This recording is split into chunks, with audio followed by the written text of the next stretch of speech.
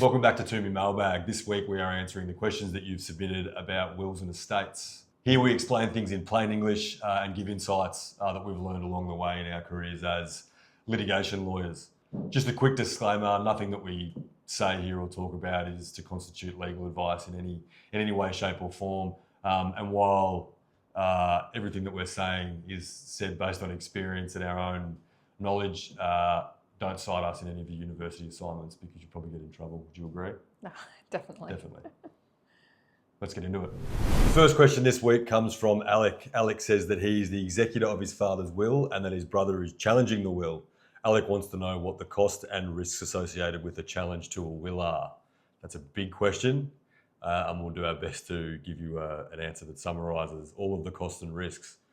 Do you want to attack it? Yeah, I mean, what you're talking about there is just straight up litigation. The cost of any case is going to depend on how heavily contested it is, how long it goes for, what sort of attitude the parties take to the proceeding. So, you know, the answer is it's very difficult to say. Are you avoiding the question? I'm not avoiding the question. I'm just saying it's difficult to say because you don't know. Based on the question, I just don't know what kind of case the brother's got. Yeah, so he says that he's challenging the will. He could be challenging the will on the basis that the will was made at a time when he alleges the father didn't have capacity to make the will. So if that's the case, you've got expert evidence, which is a complicating factor. You've got a potential analysis of a whole bunch of documents that might be easy to access, might not be easy to access, so you might need to fight for access to those. You also might have a will which, this goes to Andrea's point of just not knowing how big the fight's going to be. You might have a will which seeks to leave money to a whole bunch of different people. It might seek to leave money to a charity.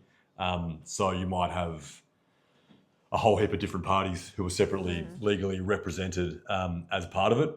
Or you might have a case where you've just got the brother and that's it, which would be a whole lot simpler and a whole lot less involved. After understanding what the brother's claim is about and understanding what sort of facts sit behind the claim to substantiate it, then you're going to be able to have a better idea of sort of how long it's going to take, what it's going to cost. Let's give him some more facts. So let's just say that his brother is challenging the will. What he means by that is he's filed a family provision claim, which is basically his brother complaining that he was either left out of the will or he wasn't given enough from the will. Yeah. It's just his brother.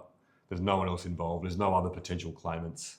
What might that look like as far as time and cost? This is going to be having to be commenced fairly soon after the date of death of the father. So things are going to happen pretty swiftly. There is these kinds of claims are also case managed. So they do tend to progress at a good pace. But you still could be looking at, 1 to 2 years by the time you get to trial. And obviously along the way, there's opportunities to have mediations and settlement conferences and that type of thing. So it could be cut short, but it really depends on the attitude of the parties. So dealing with the question of costs, like 100 or 200 grand, depending on the size of the estate and what you're fighting over, because there's rules about all these things. But if it was to go to a trial and, it depends upon the level of complexity of the evidence that the brother's putting on, and as you say, how contested it is. Yeah. But 100 or 200 grand in legal fees could be the costs. Yeah. The risks are that depletes the estate.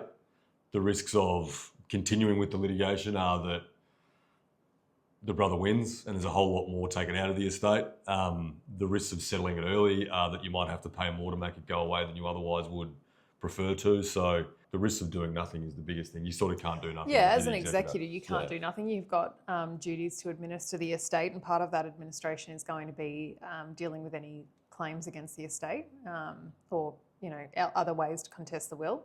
It's not really a matter of, whether you should or shouldn't. You kind of have to. And it's just, I guess, a matter of if the estate is not that large and you're looking down the barrel of upwards of $100,000 to get anywhere close to trial, you're going to be looking at it commercially along the way. 100%. And then conceiving a strategy if the person making the claim isn't behaving commercially, and they might not be, conceiving a strategy which aims to expose their lack of commerciality and lack of reasonableness in the way that they're dealing with the litigation as much as you're able to. So like with any litigation, whether it's a wills and estates claim or any other claim, a key aspect of it is conceiving a strategy that you think is going to give you the best chance of getting the resolution that you are after. Obviously, if the estate is very small, that strategy might be one thing, and if the estate is massive, then the strategy might be a little bit different. So I think we answered the question. Yep. We answered the question by not answering the question. It's hard to answer. It's very hard. Yes. Thanks for your question, Ali. So we have a question from Loretta. Loretta says that she is one of 4 children and a solicitor has been appointed as the executor of her mother's estate. The will left everything to the children equally. However, one of the siblings is seeking more from the estate. Loretta wants to know whether disputes over the inheritance will reduce what each of her and her siblings will receive. So 4 children and one of them is seeking more than the rest. So the answer to your question is yes, 100% it will reduce what you guys are going to receive. And the reason for that is because the executor is a solicitor, they're entitled to be paid, and there's also going to be legal fees incurred in connection with defending the claim that the sibling who's not named, that the sibling is bringing. So even if the claim is easily able to be resolved, there's going to be some legal fees incurred and obviously the cost of the executor that are incurred in connection with defending that and trying to seek a resolution. The big question is how much will the estate be diminished by, and therefore how much less will each of the children get? That's up in the air until the claim is resolved. If the claim is able to be resolved quickly and easily, then you'd think that there's less. It's going to be depleted by less, but if the claim rather is long and drawn out and hotly contested and all those things that make a claim expensive and go for a while, then the amount that is there left to distribute amongst the rest of the siblings is going to be a whole lot less. Yeah. What we've seen in our experience as something that really significantly reduces the overall pool is where you've got the solicitor who's the executor, then you've got the person making the claim, and then as part of the defence of the claim, other people in the family also make claims, and then all of a sudden you've got the executor and their lawyers, you've got the first claimant and their lawyers, and if the other siblings' interests don't align, they might not be able to have the same lawyer. There might be conflicts there, and so you've got potentially 5 sets of lawyers involved in this case. And every time anything happens, it happens 5 times, and the costs just go insane. So that's sort of the instance where you might see the costs blow out. And you're going to see the people named in the will as the beneficiaries who are at risk of having their inheritance reduced, wanting to make sure that if the executor is not doing what they think is appropriate, that they're going to be hounding that executor, or they're going to be trying to intervene in the proceedings themselves, adding costs, as you say. But if putting to one side the costs issue, if each of the siblings are entitled to 25% and one sibling is successful and, for whatever reason is awarded 50%, that's obviously going to water down the other beneficiaries' entitlements. So even if you just look at it on that basis, then yes, the answer is yes. Yeah. The question is whether or not that claim is going to be successful. So it might not be, but even if it isn't, the legal costs incurred alone will deplete the estate. So. Yeah. So again, the message with this, like with any litigation, is that the strategy that you conceive at the outset to get the resolution that you're after is key. It's not always easy, any matter, whether it's an estate matter or a commercial matter, but particularly where you've got, let's just say that this claim that's being made by the sibling is a vexatious claim or a spurious claim, and you don't think there's any basis to it. It's really hard in that instance to be commercial, but a strategy which is a commercial strategy and which ultimately looks at the net position of each of the people involved is what you need. It's the approach that you need to be taking to it, and the strategy might also have built into it some steps that you can take to force the other party to be more commercial. So yeah, and I think as well, like, it's obviously a family. It's going to become a family dispute, and siblings are going to have their rivalries. So you might, if everyone is not thinking commercially and looking at the big picture, go seriously wrong very Really quickly. Yeah, 100%. Thanks for your question, Loretta. The next question comes from Jason. He says that my dad, Bruce, has just passed away. He had 3 sons with his first wife, including me, and he remarried later in life to Diane. Dad was always generous and already had substantial assets before he met Diane, who came into the relationship with virtually nothing. My brothers and I never got along with Diane. We always felt she took advantage of Dad's generosity. I've just seen Dad's will and discovered that Diane inherits everything and my brothers and I get nothing. The estate is worth around $3.8 million. I'm extremely upset. I'm struggling financially and have a young family to provide for. I don't think I've done anything to deserve being left out of the will, and it doesn't seem fair that Diane gets everything while we get nothing. What are my options if I feel like I've been unfairly left out of the will, and what should I do immediately? Oh, It's a long question, but yeah. it's good. It's good to have that many facts because it is also a pretty common scenario. I think first and foremost, it seems like even though Dad had all of these assets prior to his marriage with Diane, that they were not jointly held. Jason's saying that the estate is worth $3.8 million, so we presume, for the purposes of this anyway, that there is no claim that Diane take those assets outside of the will. Outside of the estate, but I will just caveat that with Diane may have family law rights in respect of making a claim as to some of those assets. She may have, through her contributions to the marriage, increased that wealth to some degree and then may have a claim against the estate.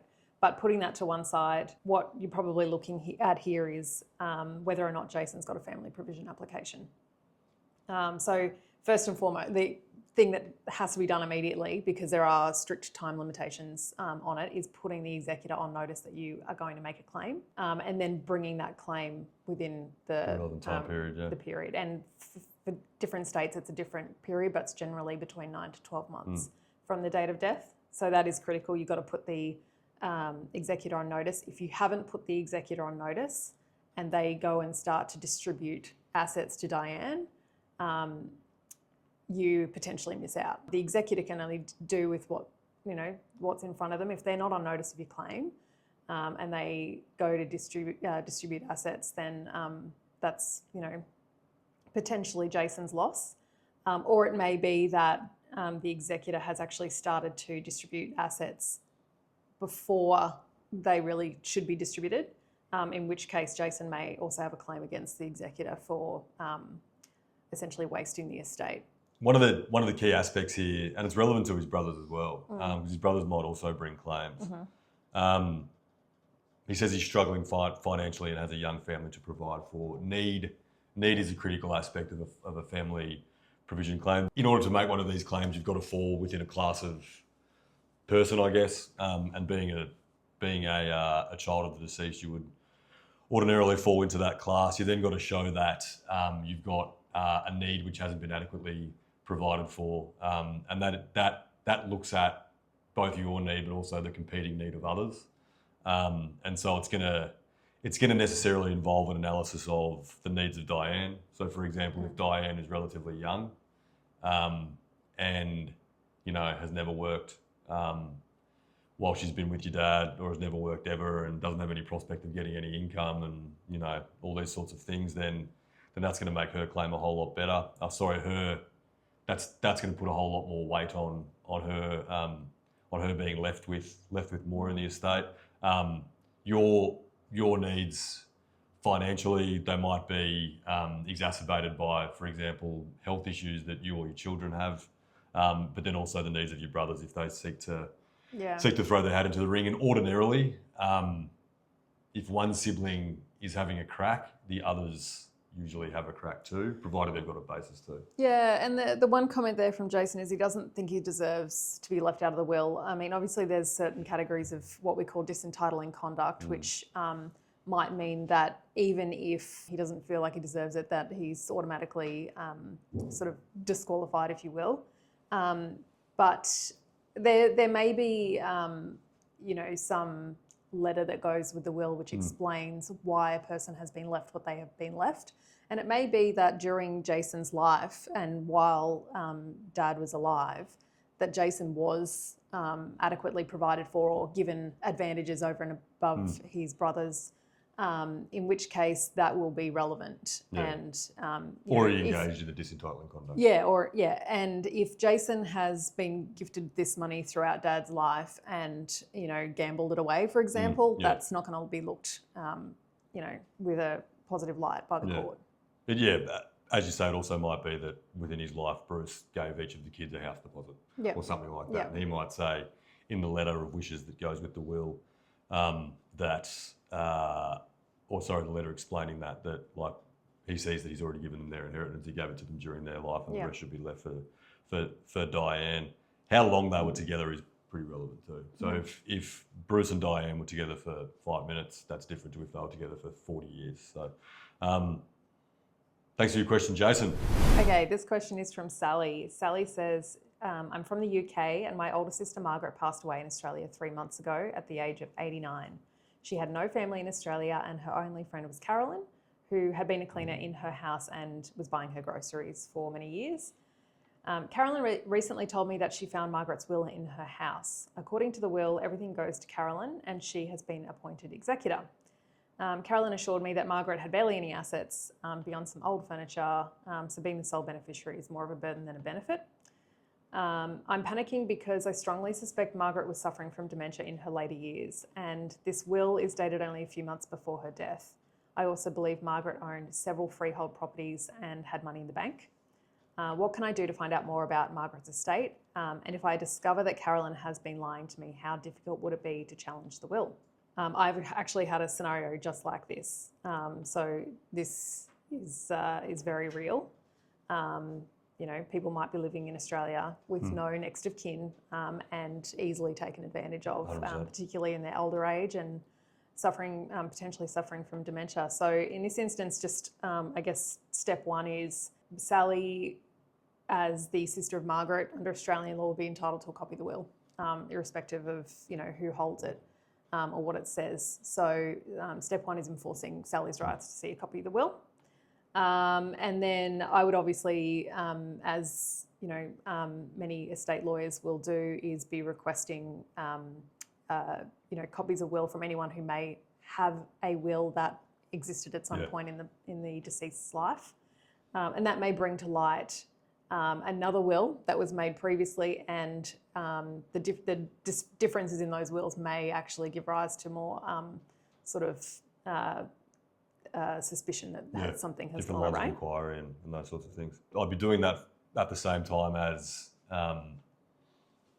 looking at, you say that you had suspicions that she owned freehold properties. The beauty of those being the assets that she may have owned is that that's very easily discoverable through publicly available searches. So you might have to pay a fee, you might have to be a member of a certain platform to be able to get them, but identifying what property someone owned, if they owned it in their own name and it sounds like it wasn't owned in a complicated trust structure or anything like that, that should be reasonably easy to identify what she did own. If she has only just passed away, then it probably isn't enough time for probate to have been granted and for properties, for example, to have been transferred into the name of any beneficiary. So, and that will all show up on searches. You can actually 100%. Search the register. Has probate been granted to Carolyn? Is Carolyn trying to administer the estate without anyone knowing what's going on? In which case, that's all on the public record. Absolutely. So we can definitely search for that. If it's early doors, time is your friend, and you look at what properties are owned in the name of Margaret, I was going to say Caroline, hopefully none are in her name yet. Look at what was in Margaret's name and get some advice about what you can do to stop anything from happening in relation to those properties. It could be that because of the stage that the administration of the estate is up to, nothing can happen anyway. You just want to make sure that those are safe so that then the fight about whether or not the will that she left, where she left everything to Caroline is valid. Yeah. Looking at the question of the validity of the will, what are we looking at there? Yeah, so obviously you're going to have evidence of the testator being of unsound mind at the time of executing the will. So medical evidence is pretty important. Obviously, gathering that evidence before you go about bringing a claim is the first step. So if there's evidence of undue influence, a medical condition which impacts the sound mind of the the testator. Gathering all that information is really important. You can make a claim and basically, well, there's going to be an assessment prior to bringing the claim, but you could bring the claim and have the court decide what is the appropriate will, if there is more than one identified in the course of searching for them. You obviously want to look at the previous will, and is there any utility in challenging the will if the previous will essentially says the same thing? Yeah, exactly. So if the previous will though left everything to Sally, then there's the course that Sally would be seeking to take is getting an order declaring the will that left everything to Caroline invalid. Yeah. For a reason that she didn't have testamentary capacity when she made it, or whatever it might be, and then the effect of that is that will disappears. It's avoidant of no effect, and it goes to the next one. And sometimes there may not be another will, in which case the court will just appoint an administrator, issue letters of administration, and the estate will be administered according to the Succession Act or whatever the relevant act is in whatever state the testator lives in. There's a bit of an exercise there in working out what's the best strategy, but obviously medical evidence is pretty crucial. Sally not being in Australia and knowing what her movements were, it might be a little bit difficult. It might only be suspicion that she had dementia, but you'd probably be seeking medical records from doctors in the area. Everyone that she saw, you'd also ultimately be getting a copy of the file that was maintained by the solicitor who drafted the will. If there's other suspicious conduct where there wasn't a solicitor involved, for example, then those are the things that might lead you down other lines of inquiry, and figuring out what you need to do to be able to establish that there was either undue influence exerted or whatever it might be to get the will set aside. Critically, from my perspective, though, is figuring out what the assets are and taking whatever steps you need to essentially freeze them, so that nothing can happen while the fight's being sorted out. You definitely want to be in a position where the assets are preserved rather than the fight being sorted out and then figuring out how to get the assets back, because it might be that money gets moved overseas or whatever it might be, and it's just hard to get back. Yeah, and I think in the course of that as well, you'd be looking at, okay, let's say there isn't another valid will. Let's say this the will that left everything to Caroline is not valid. There is no other will.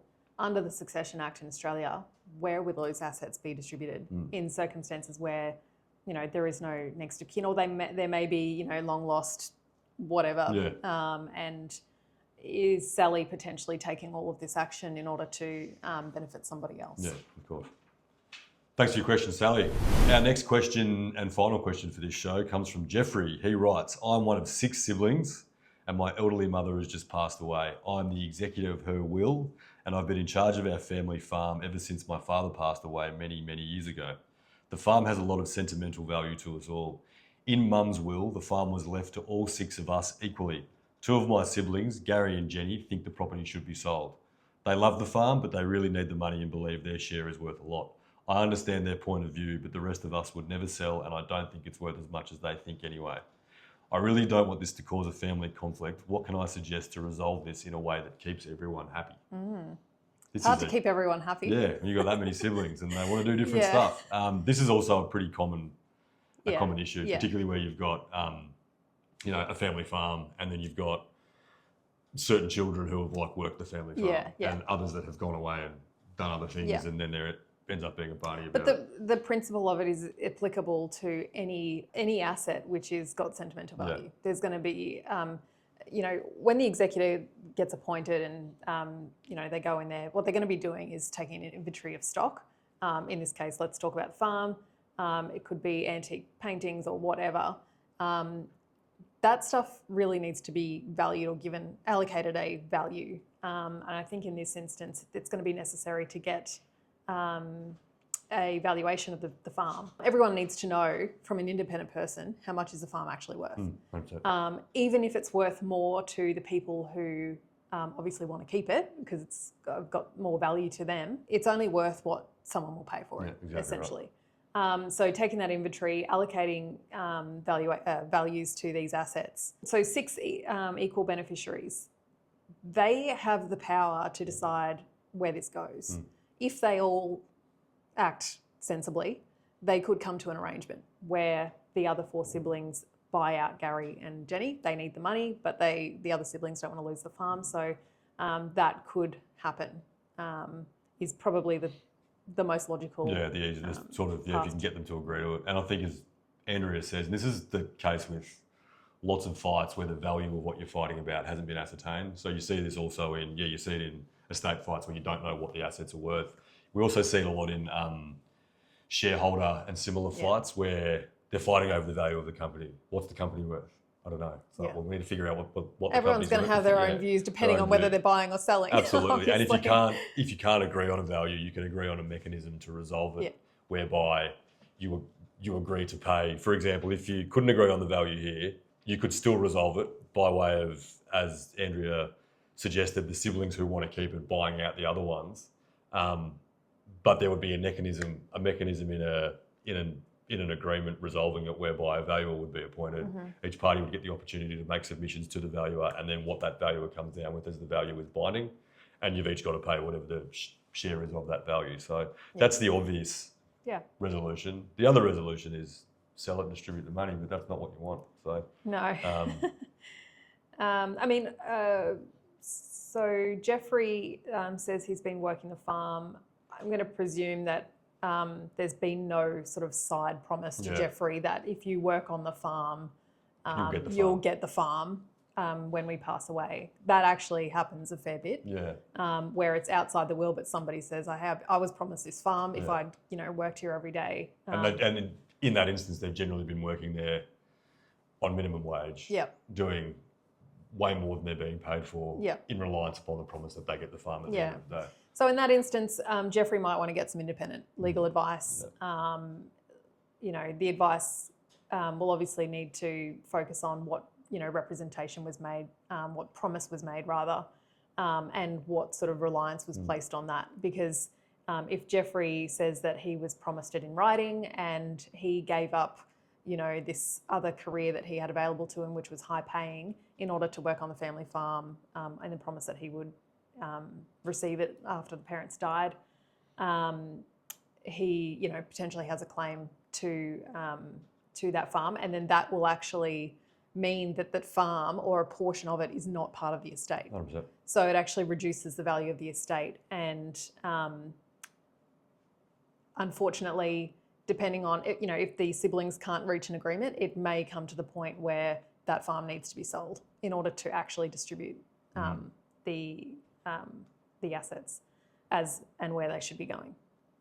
The question, I really don't want this to cause a family conflict, or rather the statement, it might be impossible to avoid a conflict, and the conflict might already have arisen where you can't agree on what is to happen with the farm, whether or not, how you can navigate your way through the conflict and whether or not you can navigate your way through the conflict will depend upon everybody's intentions and how they all behave.